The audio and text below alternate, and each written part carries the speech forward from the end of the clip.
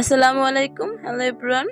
প্রতিদিনের মতো আজ একটি রেসিপি নিয়ে হাজির হয়ে গেলাম আমি বর্ষা। আর আজকে আমি তোমাদের সাথে শেয়ার করব ঝাল পিঠার রেসিপি।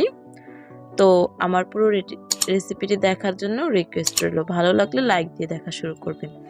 এখানে আমি মেজারমেন্ট কাপের চাইতেও একটু কম ময়দা নিয়েছি 1 কাপ। আর এরপর দিয়ে দিচ্ছি চাউলের গুঁড়ো 1/3 কাপ।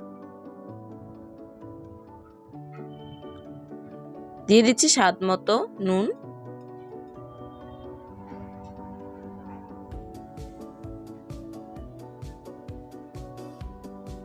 আর দিয়ে দিচ্ছি সামান্য পরিমাণে হলুদের গুঁড়ো, তবে কেউ না চাইলে স্কিপ করতে পারেন, তবে ঝাল পিঠাতে হলুদের গুঁড়োটা কিন্তু বেশ মানায়। আর চিনি ফ্লেক্স দিয়ে দিচ্ছি সামান্য একটু। এবার শুকনো উপকরণগুলো আমি একটি কাঁটা চামচ দিয়ে মিশিয়ে নিলাম। এরপর আমি এতে কিছু সবজি অ্যাড করে দেব, তবে আপনারা চাইলে সবজি বাদও করতে পারেন। দিয়ে দিচ্ছি একটি ডিম, আর এই ডিমটি আমি দেশি মুরগির নিয়েছি, যে কোনো ডিম হলেই হবে। আর এখানে দিয়ে দিচ্ছি কাঁচামরিচ, পেঁয়াজ কুচি আর অল্প একটু পরিমাণে গাজর কুচি।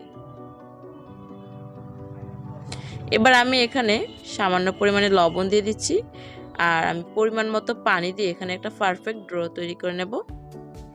পানিটা একসাথে দেব না, একটু একটু করে দিয়ে লিকুইডটা আমি মিশিয়ে নেব, যাতে বুঝতে আমার সুবিধা হয়। একসাথে পানি দিলে কিন্তু ডোটা বুঝবেন না।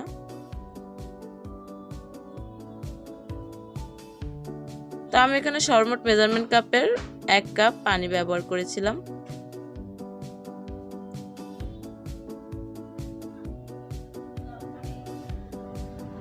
এখানে আমার আরো কিছুটা ময়দার প্রয়োজন ছিল, আমি দিয়ে দিয়েছিলাম 2 স্পুনের মতো।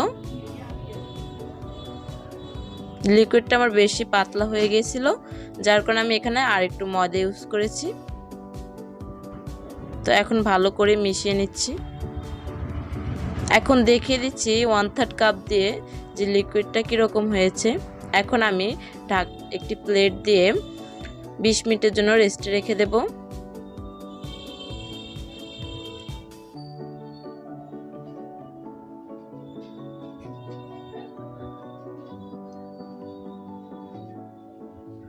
ফিরে আসলাম 20 মিনিট পর। এবার আমি প্লেটটাকে উঠিয়ে নিচ্ছি।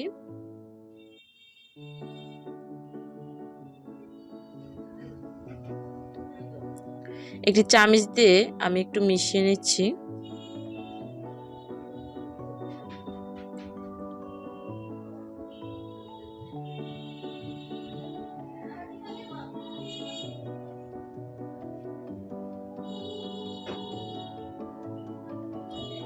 এবার আমি এটাকে এক সাইডে রেখে দেব।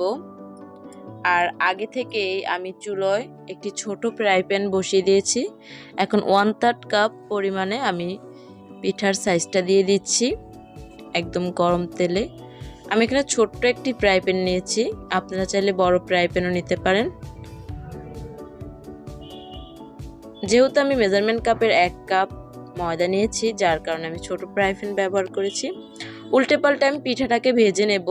আর প্রথমে চুলোর আঁচটা লো হিটে বাড়িয়ে দিয়ে তারপর মিডিয়াম হিটে করে দিতে হবে।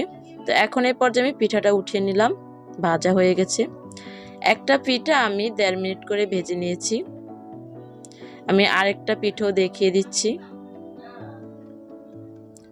এভাবে করে সবগুলো পিঠা আমি বানিয়ে নিয়েছি।